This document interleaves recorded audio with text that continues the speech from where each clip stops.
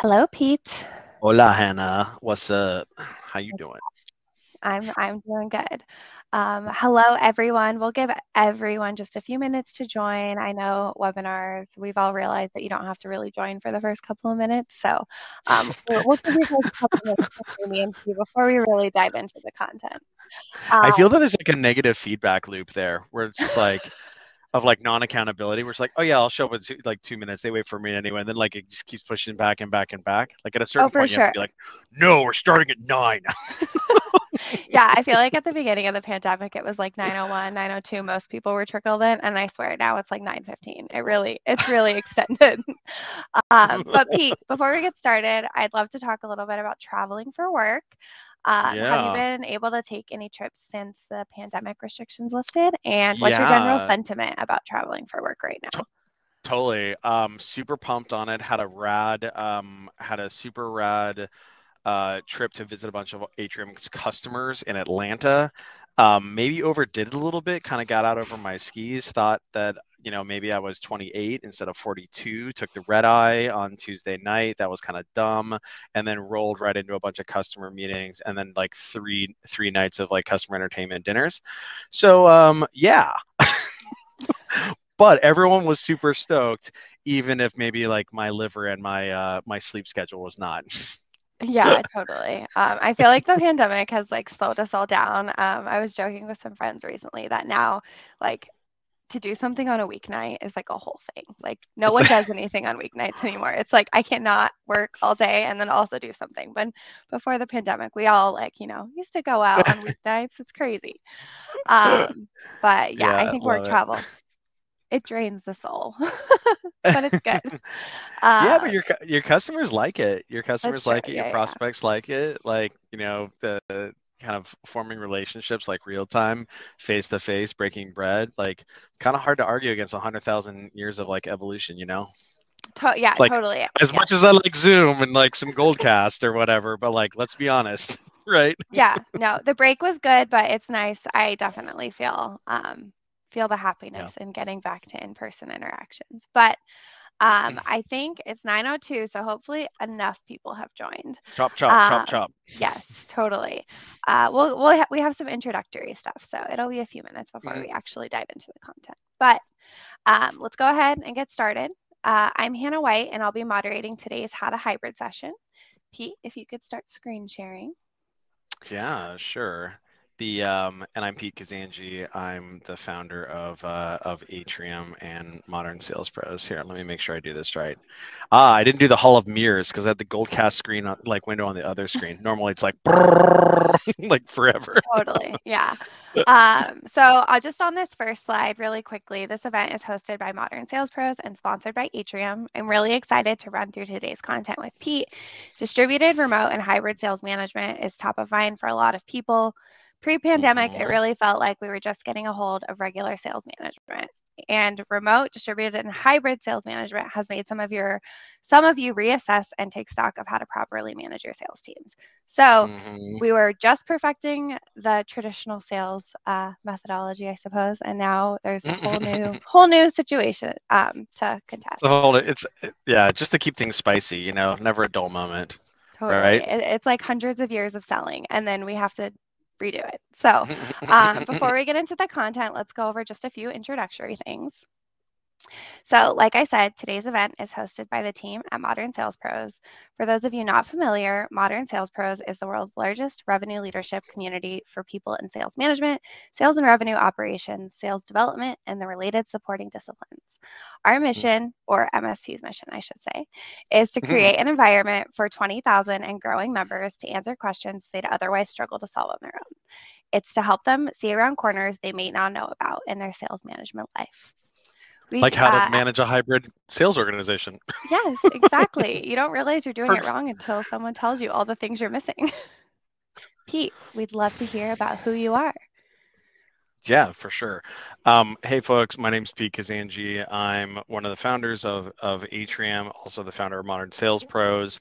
I've been doing sales leadership and kind of like early stage go to market research and thought leadership for like a hot second now. I wrote a book on early stage software sales called Founding Sales, and it was kind of the summation of my experience of being the founder of a recruiting software company called TalentBin, that was eventually acquired by Monster Worldwide in 2014. So at TalentBin, I went from being a business generalist founder to our first sales rep, sales manager, sales leader. When the company was acquired, we had about a 40-person sales organization.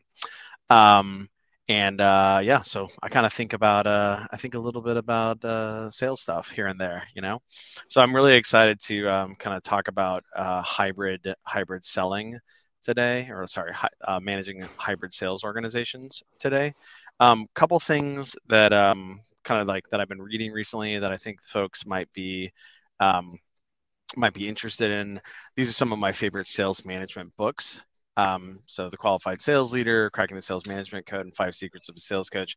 I think we actually have a link around. We have a link that we're going to drop here on.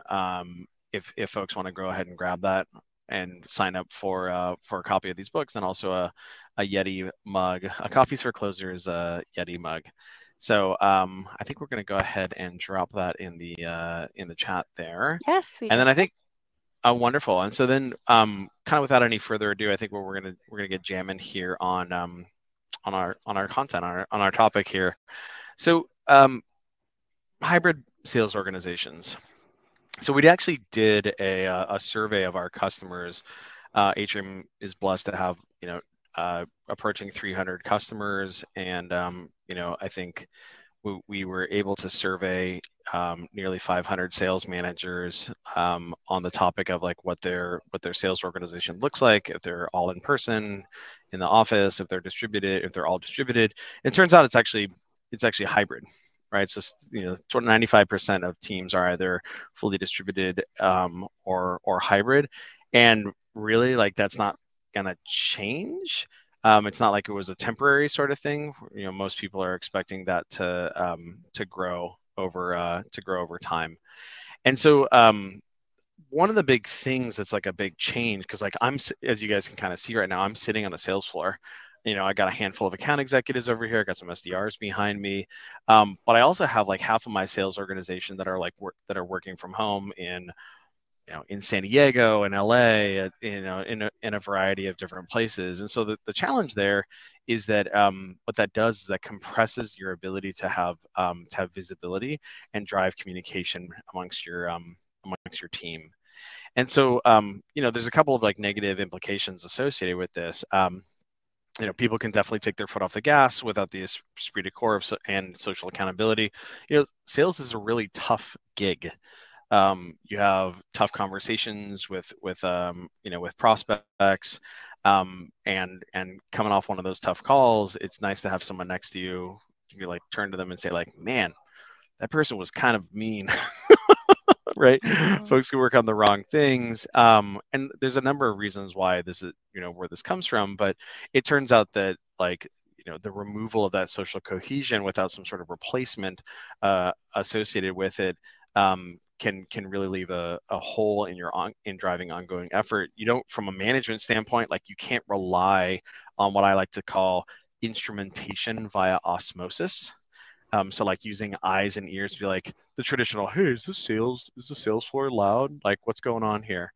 And then I think the last thing is that, most organizations, and this is something that we found in our customer base, it turns out that this notion of data-driven sales management is like a fairly new concept for a lot of organizations.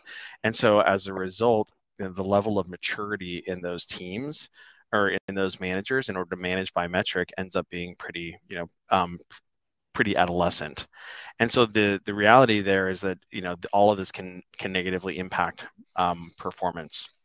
And so the good news is that there's actually a solution to this, and we're kind of going to go through 4 steps to that solution. One, first we're going to talk about how to use metrics as your eyes and ears. Second, we're going to talk about how to set and track the right goals. Third, we're going to talk about operating rhythms to ensure that these things are happening here. And then fourth, what we're going to talk about is how to use the information that is found through those operating rhythms in order to troubleshoot and address any potential issues And then there. Pete, just gonna chime in really quick. Before we get started and dive into the nitty gritty, don't worry, this is being recorded and we will share the slides post-event. The chat window is open and the Q&A is open. You can use either tab, the chat or the Q&A to ask your questions. Pete's super knowledgeable about this topic, so please leverage him. And then I will be chiming in periodically with resources that we're going to be sharing. There's going to be lots of links dropped during this. We'll also follow up with these links post-event because we want you to continue your data-driven sales management journey. Oh yeah, killer. All right, so these are going to be like the chapters of our discussion today. So first, let's talk about using metrics as your eyes and ears. So the reason why using metrics is powerful is because it replaces a lot of what was previously done kind of like informally and like informally kind of through like in an organic fashion.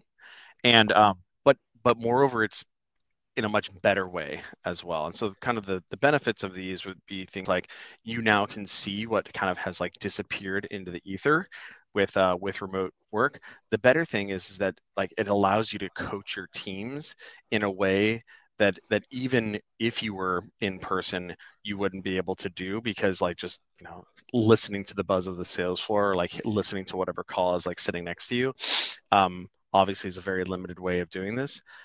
Identify kind of pockets of success in your teams and then spread that to other things. And then there's a number of other kind of benefits as well, like we're using anecdata to manage by opinion and kind of the negative impacts of that with your reps.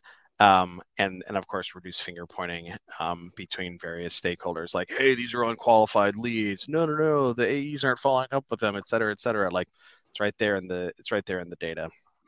So then, of course, the first question is, all right, cool, I get it. I'm convinced that I should use metrics. I should be managing by metric. So what metrics do I use? And there's a couple of different ways to approach this. One is in order to determine this. So the first question you should be asking is like, hey, what are the teams that I'm going to be instrumenting? Different roles need different metrics. And so like if you're going to be instrumenting an SDR team, it's going to be different than instrumenting an AE team versus instrumenting an account management team or a customer success team or what have you. Okay, cool. Well, like they're going to be different. So what are these folks, what are they spending their time doing? And so that's actually really going to be kind of contingent on their, on the sales motion in question. So is it a very call heavy sales motion? Like, do you have a sales motion calling into like local SMBs, like a Yelp or a Postmates or a Yext or something like that? So it's gonna be very call heavy, not very like scheduled meeting heavy, not very email heavy. Well, then you'd probably be instrumenting things having to do with calls and the surrounding kind of like metrics that define that. By contrast, if you're talking about like an enterprise, high ASP enterprise sales motions with account executives, that's going to be something that's going to be very meeting heavy. It's probably going to be, a lot of Zoom behavior, things like that, et cetera.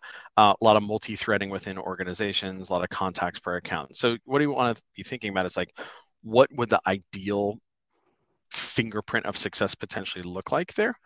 Because that's what we're going to do is like we're going to start there, right? Those are the things that they should be kind of spending their time on.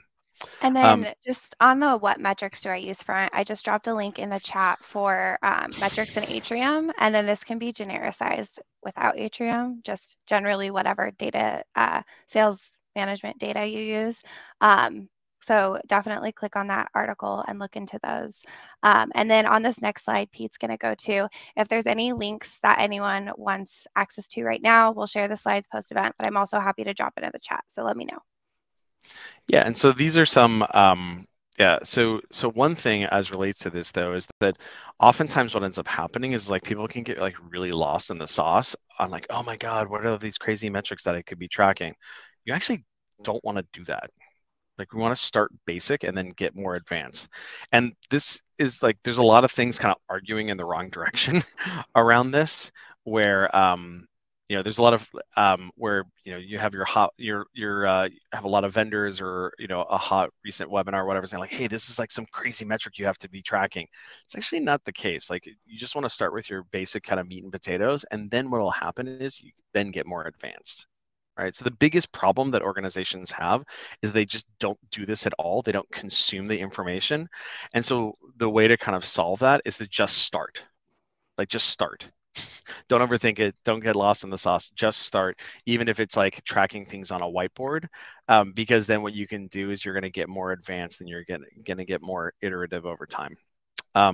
So here are some kind of like examples of what that might look like there. Again, we kind of cited the canonical book on this is Cracking the Sales Management Code by Jason Jordan, who's absolutely fantastic. He kind of presented this framework around how you can break up sales metrics into inputs, outputs, and then kind of efficiency and quality. This is actually an important thing to note. You actually can metrically, right, like quantitatively measure quality, right? Just like a batting average is a metrical measure, a quantitative measure of quality, of like somebody's quality of their at bats. You actually can measure quality metrically, and so these are a couple of different examples of metrics you might think about on an SDR team. Kind of same with the AE team here, and then the same with a CS and AM team. And so what you'll note is that some of these things kind of like overlap, like account executives and CSMs or AMs. What do they do? Well, you know what? The fundamental unit of like selling behavior for them is probably the customer facing meeting. So like probably the most important thing for us to track. If your account managers and CSMs are owning opportunities, that's a really important thing for you to be measured. Obviously, that's an extraordinarily important thing for you to measure with respect to AEs.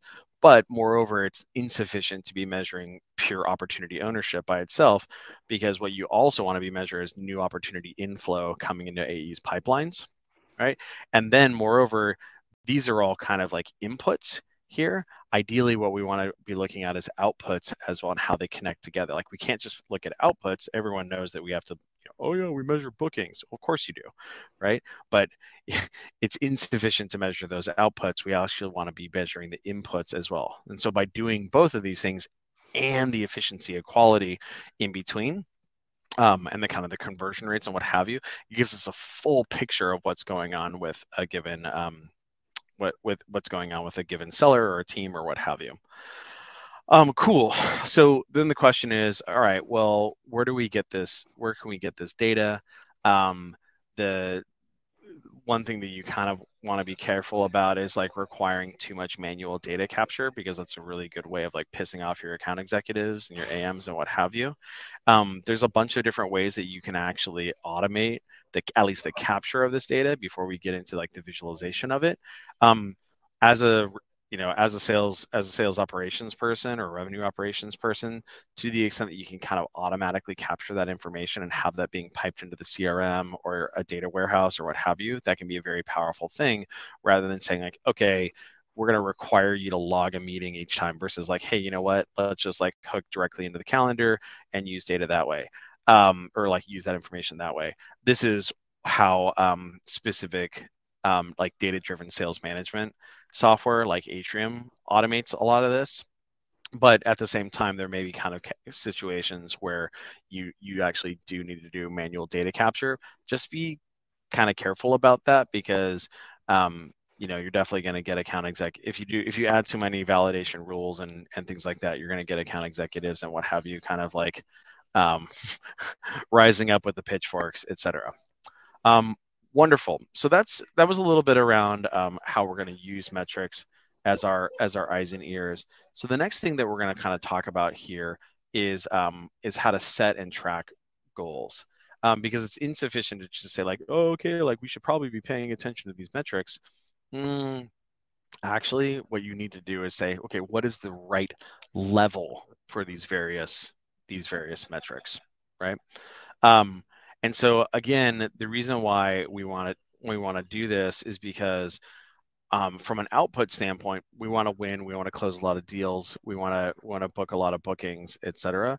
But then the question is, how do we know that we're on our way to winning. And so one of the analogies I really like to use here is is a sports analogy. And so what we can do is focus our players on executing the right quantity and quality of like actions and gameplay. We know that the output will be a successful score, an eventual win there. To kind of quote one of my favorite books on the topic by Bill Walsh, the score will take care of itself. So so how do we actually do that? Well, to kind of like extend this metaphor a little bit here around sports and kind of like how that works with sales. You can kind of see like here are outcomes in like baseball, basketball, football, etc. And so like how do we know that we're on our way to potentially winning a game? Well, we're scoring lots of runs, we're scoring a lot of points, etc. But the thing is that what we want to be able to do is track that we're on the right path here. And so you can kind of see some of these, this is kind of analogous to this slide up here. You can see that our inputs and our the various inputs that then lead to that, right? So like if you're talking about baseball, it's going to be hits, bases, extra base hits, et cetera. On an efficiency side, it's going to be batting average, slugging percentage. Then you get into like super fancy stuff like wins against replacement and what have you. And so the reason why not only do we want to get granular, because then what we can do is look at these leading indicators. The second thing that we can do about this is like we can get very human, like focus on the individual. And this is an area where organizations oftentimes mess up, is they think like, hey, look, we're tracking the aggregate number of opportunities in our organization's pipe, or we're tracking like the forward-looking forecast for the entire organization, or we're tracking the total number of new opportunities that the SDR team is generating across the team. But what we actually have to do is we have to get granular and measure and goal at the individual level, because that's actually the fundamental unit of performance in an organization is at the human level, right? And so when we instrument at the human level, the way that you do in advanced athletic instrumentation and analytics, what we can do is we can see where the hitch is in somebody's playing motion, and then what we can do is we can intervene and fix that. And so a great example of this is the movie Moneyball. One of my favorite scenes is Billy Beane is having a conversation with David Justice, who's like a really famous, kind of a little bit over the hill, actually a lot of bit over the hill, slugging batter. And so they're having this conversation where Billy Beane is like, look, man, I need you to take more pitches, right? I need you to take more. And David Justice's response to which was, what are you talking about? You're not paying me money. It's like, you're not paying me all this money in order to take pitches. And then Billy Beane's reaction to that was like, well, actually, when you take more pitches, your batting average goes up. And so that was data-driven coaching that then drove a change at the human level in order to improve performance. And so that's what the sort of thing that you can do when you're instrumenting at the human level. And then just to add on the goal setting front, I just pasted a link in the chat. We hosted a customer exclusive event about goal setting like a boss. One of our awesome senior CSMs led it, but it's the same principles that Pete's talking about, goal setting at the individual level and getting those goals by originating from your team goals and working them all the way down to individual levels. So that link is in the chat. Wonderful. Thanks, Hannah. Yeah, so a couple of principles in goal setting. So, hopefully you're convinced that this is something that you definitely want to be doing. Okay, well, like, how do we do that? And so the way to do that is we're gonna be setting those targets on a couple of those metrics. A couple of those metrics that we're choosing on a per role basis. And then what we want to do is we want to make sure that like those goals are reasonable. We can't say like, oh, you know what, Hannah, you're supposed to be having like 50 customer facing meetings a week, right? Oh yeah, where'd that come from? I don't know. Sounded good, right? We want them to be reasonable and attainable and data informed. So how do we do that? Well, what you actually want to do is there's like 3 steps to it. And you kind of like blend it together in a delicious goal smoothie, right? I just made that up. So first, what you want to do is look at historical performance, right? So looking at what, your account executives have historically done with respect to customer facing meeting volume, maybe on a weekly or monthly basis, or new opportunity inflow on a weekly or monthly basis, or customer facing email volume or call volume or whatever. Essentially just like let's look at a historical performance across our team so we can kind of see what like smells right. And then what we can do is we can set goals on that. Maybe we don't actually set it on the average. Maybe set a little bit above the average, like, hey, we're gonna stretch here a little bit. But I don't think you necessarily want to set goals on like your highest performers, because those are potentially not going to be super attainable in that regard. So that's one way of doing it. Another thing that you do is you do a bottoms up approach and say, hey, and this kind of goes back to the thing we were talking about before around what should people be spending their time doing? So then the next thing would be, okay, well then how much time do they have in a day, a week, etc.? And then how does that time get apportioned? Right? So a bottoms up model. So like as an example, we could use account executives for this. 40 hours in a week, sure. Um, let's say that you've got an organization like let's use the Atrium organization. Our account executives are primarily SDR fed, largely because the way that Atrium sales motion works is it takes like 90 seconds to turn on an Atrium account. So our account executives are primarily working with prospects who have a free Atrium account turned on. So our account executives are like spending all day, every day, like doing product tours and kind of talking with people, doing discovery calls, and talking to people about data-driven sales management and like closing calls, whatever. So they're very heavy on the meetings. So in that regard, we expect them to have anywhere between 3 to 5 customer facing meetings in a day. Because if you think about those meetings, like maybe it's a half hour, maybe it's 45 minutes, you got 15 minutes of prep, you got 15 minutes of follow-up, etc. It's kind of hard to do more than 5 customer facing meetings if those are the lengths of them and the prep and the follow-up time. And so what that would do is like that bottoms up behavior there, or like bottoms up modeling, has now informed what a reasonable goal is for that team.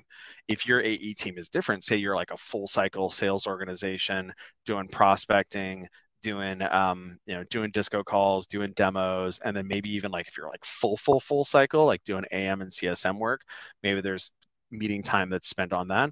Well, that's actually going to change the expected levels of the expected volume levels there.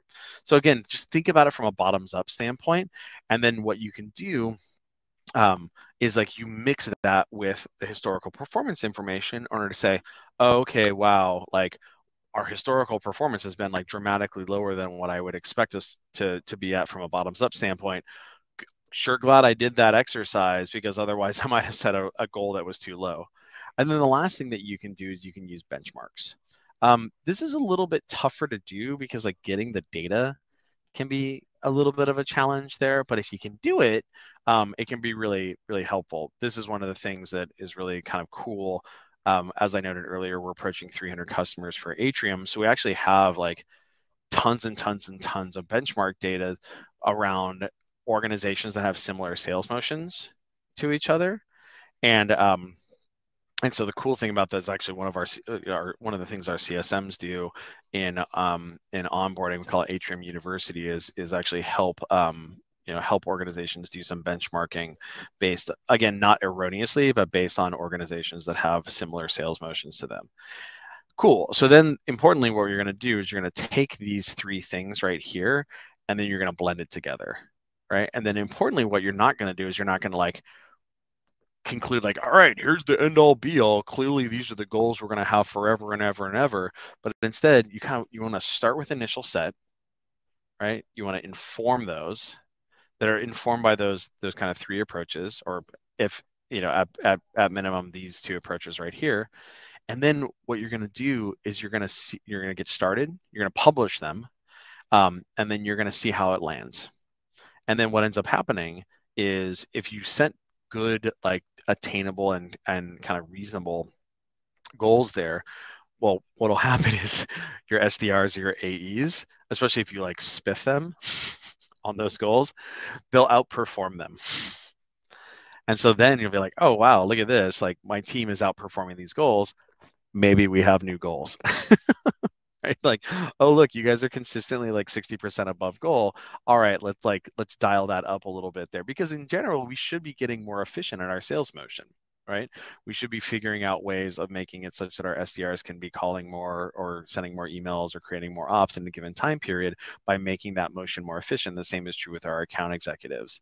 And so then what you can do is you can iterate them up, and then maybe you can iterate. I mean, if they're too high, like maybe you got out over your skis for whatever reason, you can iterate them down. But importantly, what you want to do is you want to publish them out and then kind of see what that looks like. And then iterate accordingly. You're kind of getting like a theme here. Like it's super important to just start. Like don't overthink it. Just start, and then like what you'll do is you'll tune things up over time. And then in addition to that YouTube video I shared for the goal setting like a boss office hours, I also shared an ebook that's like a step-by-step guide for goal setting. So if you're not ready to just get started and need a little hand holding, that's a really good resource. Oh yeah, totally.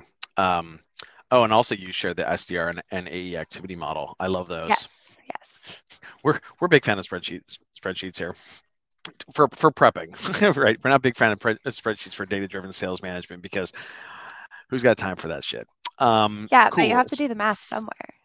Yeah. Well, initially, I mean, ideally, like the software could do the math for you, and then moreover, and then moreover, like maybe your CSM can kind of do that. True, But yes, true. yes. But if you want to like do it artisanally, I guess it's like artisanal. If you, artisanal goal setting, if you want to do artisanal goal setting, Bespoke right? sales management.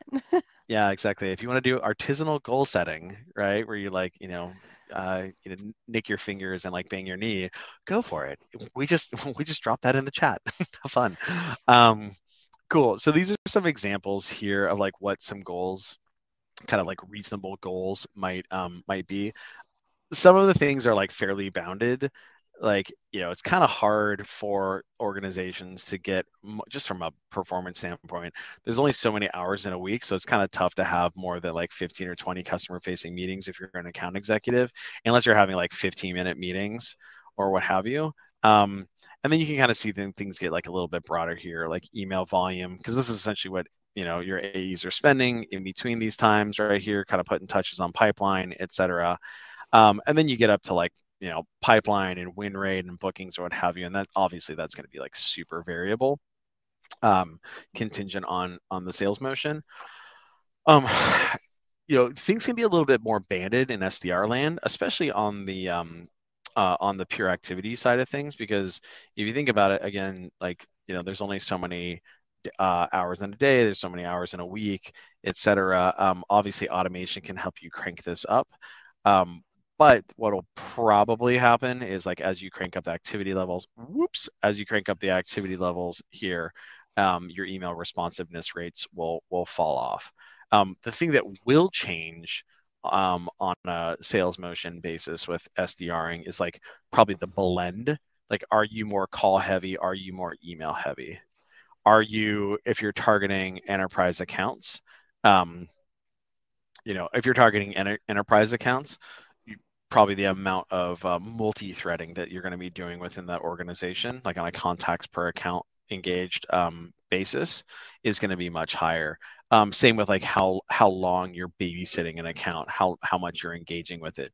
These are sort of like quality metrics that will end up being very different, kind of contingent on what that what your SDR motion looks like. If it's like an inbound kind of like 1, 2, 3 touches and done, and you're just engaging with like leads that are coming in, obviously this KPI is going to be a lot lower.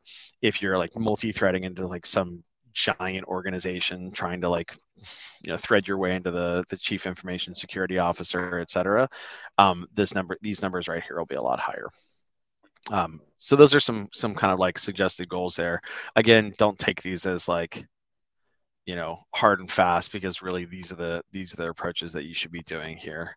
Like looking at your own data in order to use that historical information, is a really powerful thing to do there. And actually, this is one of the reasons why customers really like Atrium because it gives them visibility into stuff that otherwise they wouldn't have historical kind of like visibility into. So now they can set like reasonable and attainable goals versus data informed goals, as opposed to just kind of like licking a finger thrown into the air and be like, yeah, because I said so. That's the number. That's the reason why this is the goal. Um, cool. So we talked about using metrics as your eyes and ears and why that's important and how to kind of select those metrics. We talked a little bit about how to set and track the right goals just now. But then the important thing is that what you want to do is establish how this information is woven into your day-to-day operating rhythm.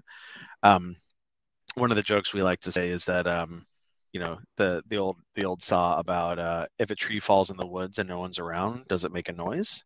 Similarly, like if you have a bunch of like SDR performance dashboards, but like nobody's ever looking at them, are the SDRs actually doing anything, or are they playing Call of Duty? And so this is why making sure that you're establishing your operating rhythms can be very powerful there, and importantly, weaving that information into that. So a couple of like best practices here. So first, let's talk about distribution.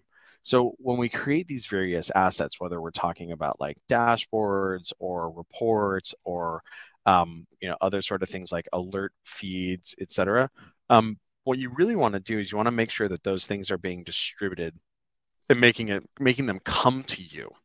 Right. This is actually something I was telling my account executives the other day. Their mind was blown around how, like, with Salesforce, I think you can only distribute dashboards to people have like, you can't put it on an email list serve. You can only send it to people who are like users. So like people end up doing like Gmail forwarding behavior and things like that.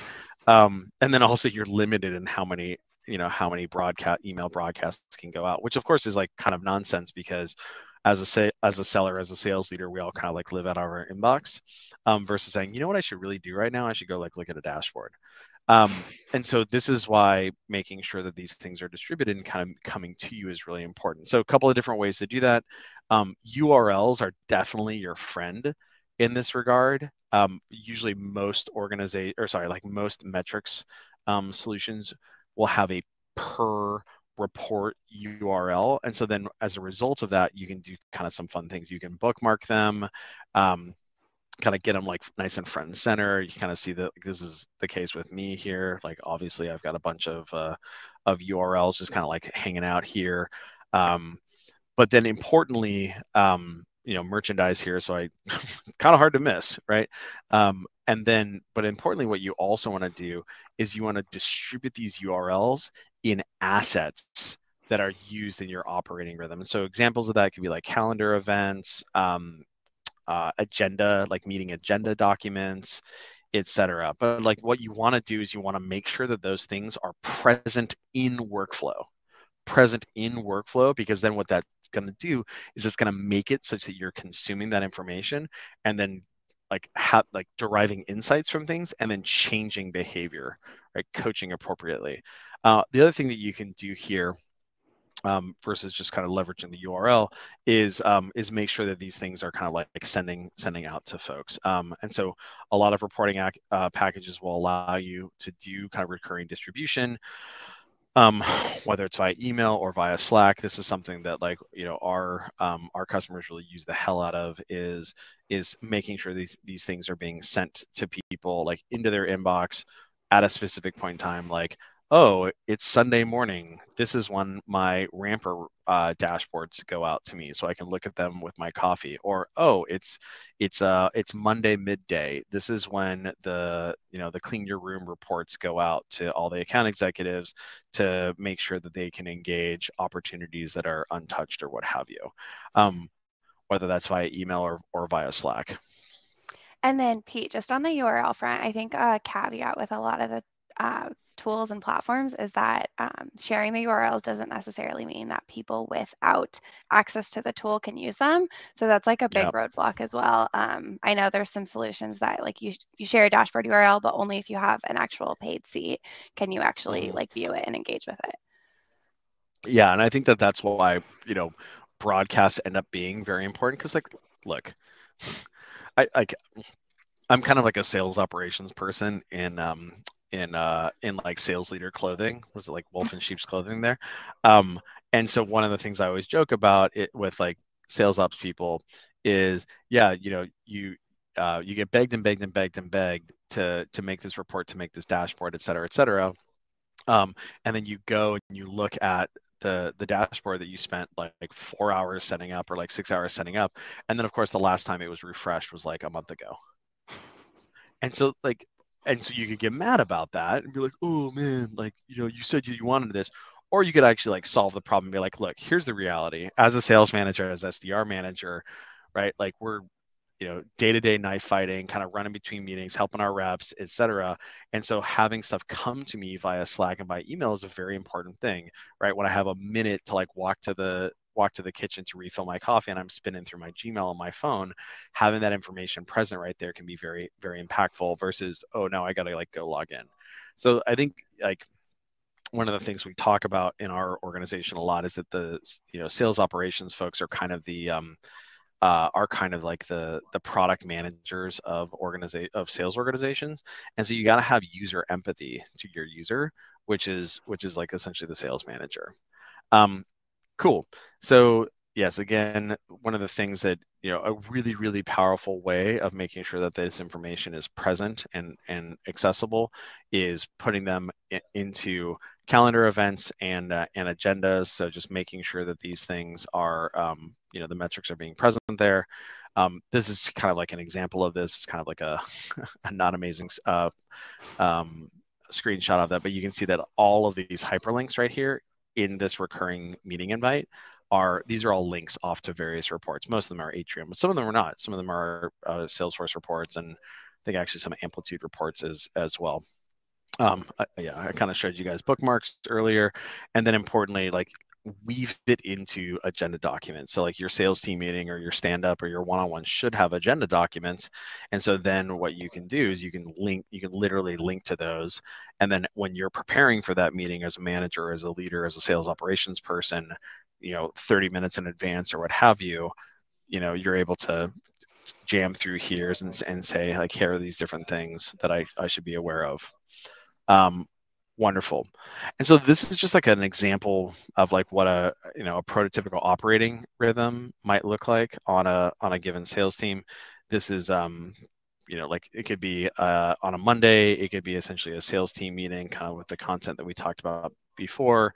You have recurring midday stand-ups or start of the day stand-ups. Maybe you have a team pipeline review on Wednesday, and then all within that you have like one-on-ones with your teams. And so each of these meetings in your operating rhythm should have assets tied to the purposes of those meetings, right? And that's how you make sure that you're weaving data-driven sales management behaviors into that process.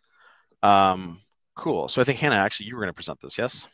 Yes, totally. I'm actually sharing the manager rep 101 template in the chat, 101 agenda template in the chat, just for general agenda templatization. It's so funny. Like you have a resource for everything. I'm kind of like, holy mackerel, we've like done a bunch of content over the last couple of years. Yeah, that, and I think for this specific webinar, we've opened it up to a lot of like the resources we're using for customers, which actually makes that like repository so much bigger. So please enjoy.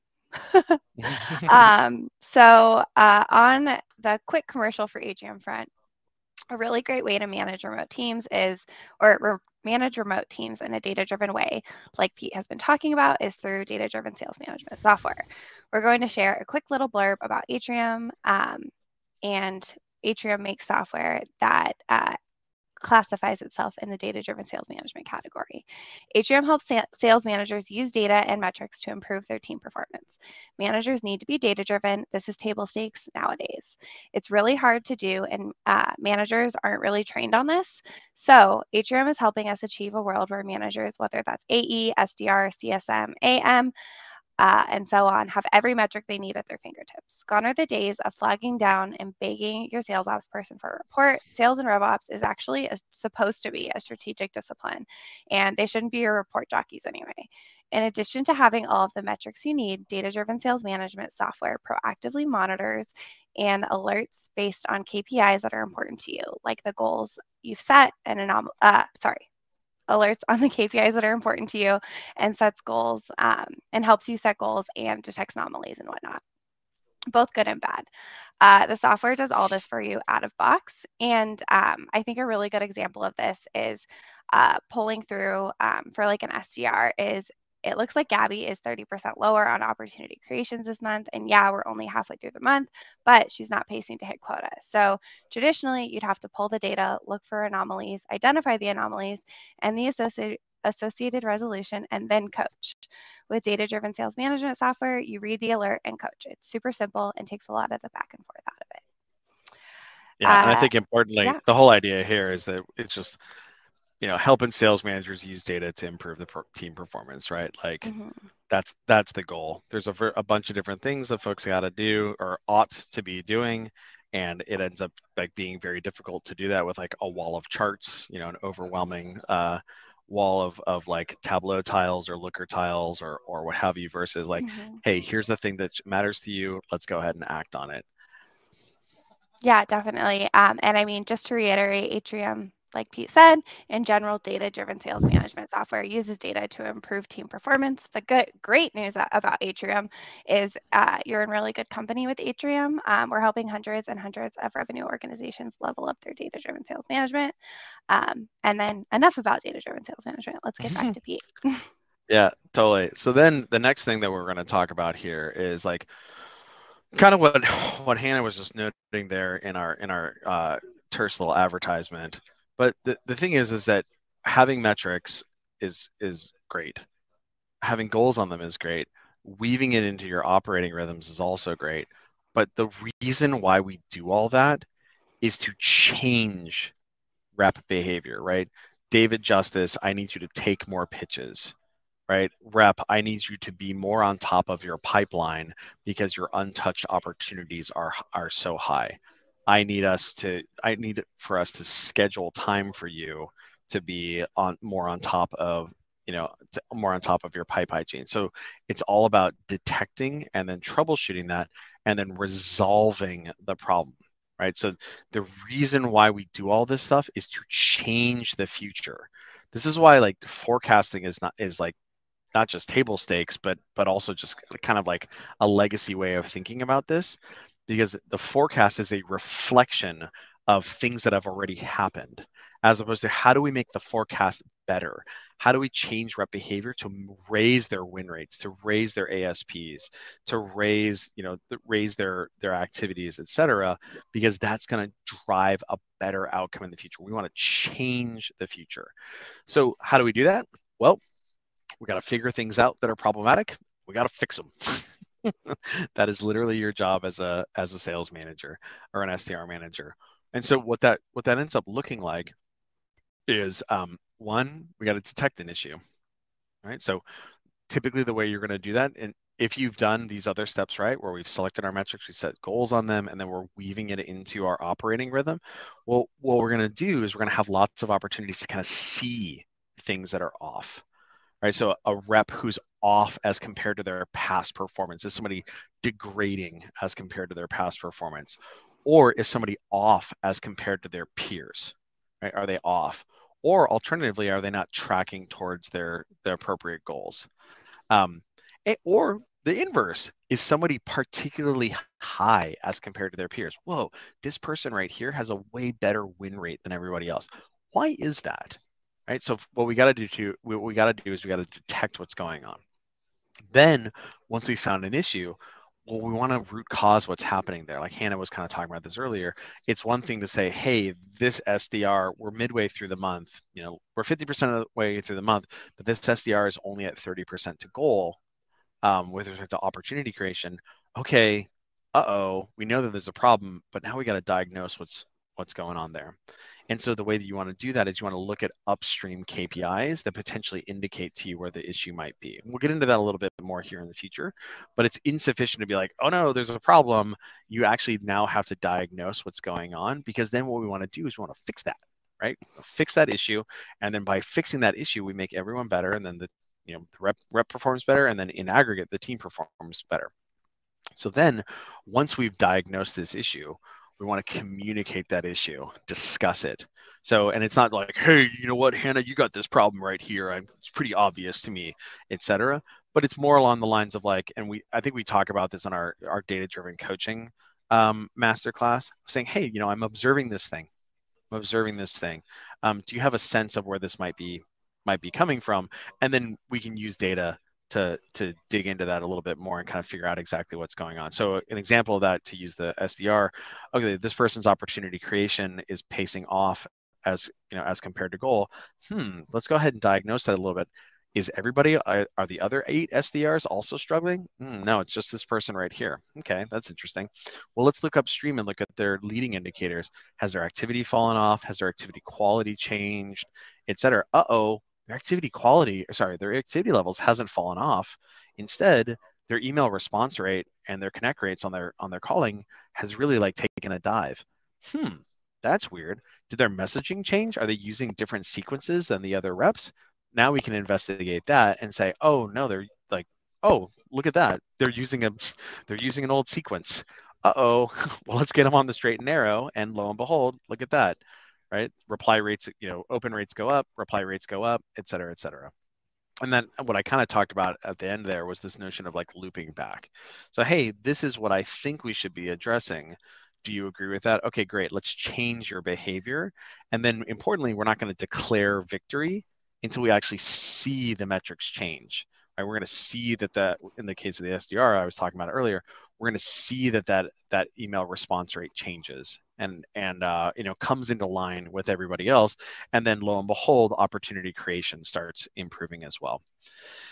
And so these are some kind of like helpful desk references that we use at Atrium. We give them to our customers, give them prospects too, to help people like kind of understand what those upstream metrics might look like. So for instance, if you're you're talking about AEs and somebody's like tracking problematically with respect to bookings, well, where do bookings come from? Well, they come from wins and average selling price and average deal cycle. If somebody's having a wins problem, where might that be coming from? Oh, well, that might be coming from a win rate problem or a number of at-bats problem.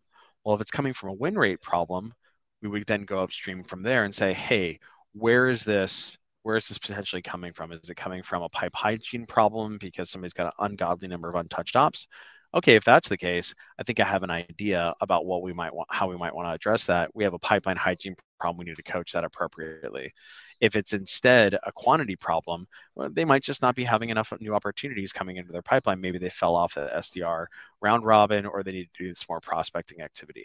But again, you want to go upstream and look at these upstream KPIs and see if there's potential issues there. And so these are the kind of ways that you would kind of investigate this.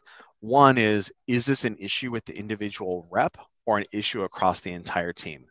If it's an issue with an individual rep, it's actually almost a good thing, because that shows us that the rest, like, this is a solvable problem. Like, we have success in the organization.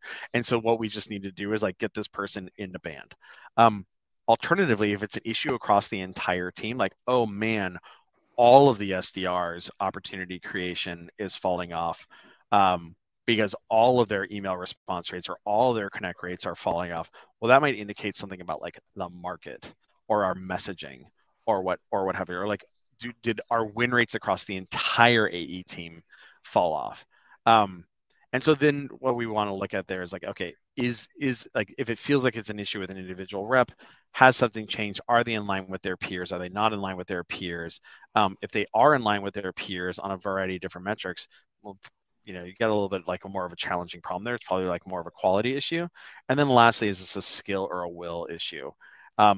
And so usually what this can be broken into is like will indicators would be things like activity levels, email volumes, to use account executives as an example, meeting volumes, email volumes, opportunity touches volumes, kind of things like that. skill issues would be things like pipeline hygiene issues, like untouched opportunity counts, opportunity conversion rates between stages, et cetera, et cetera. Again, these are all things that are up here that, again, you would want to be able to bird dog and see where there is a potential issue. And then lastly, the thing that you want to do is, like, you can't do this diagnosis in isolation. It has to be fed back to the individual themselves. And so oftentimes one of the things that we find is, junior SDR managers, junior AE managers, they don't unfortunately get a lot of training on this. Not only do they not get like metrical training on how to manage by metric, they also don't necessarily get like management training, because most enablement resources go to reps. And so this is actually why one of the things that we do for our customers is we work with the illustrious Richard Harris to put on monthly management classes for all of our customers. But in the meantime, this is kind of like a guide for how to have great data-driven sales performance conversations. I'm not going to take you through everything, but the important thing is that you want them to be frequent and immediate. Like, you don't want to wait, like let something fester. You want to open with positivity, remind of the goal that we're trying to do, talk about the issue in question and like the supporting data. Ask about where they think the causes might be coming from. Propose your own ideas. Like, you shouldn't be coming to this conversation without any idea. Talk about a mutual plan on how this is going to be solved. Close with positivity, and then document those outcomes, and then of course loop back again. One of my favorite books on this is 5 Secrets of a Sales Coach by my buddy Corey Bray. Absolutely fantastic, written as like a narrative kind of like parable. Super, super, super fun. Total page turner. We have like I think we have like a couple hundred of them at our fulfillment warehouse. We send them out to all of our customers. We like to send them out to prospects as well. We're probably one of the biggest buyers of Corey and Himlin's books out there. But yes, essentially it's just like this is definitely a muscle as a sales manager that you gotta develop, because all the metrics in the world and all the like data assets in the world are not helpful at all if you're not closing the loop and having those empathetic yet direct conversations around performance. Cool. So I think we made it, Hannah. Awesome. These were the 4 steps that we wanted to talk about: using metrics as your eyes and ears, setting and tracking goals, establishing your day-to-day rhythm, and then detecting and troubleshooting things. I think in closing, we'd love to invite folks to turn on their own Atrium account. Takes about 90 seconds to set up. If you've been curious about data-driven sales management and want to get more into it, there's no better way than just getting started. You can go to atriumhq.com, sign up in about 90 seconds. You just have to, for a free account.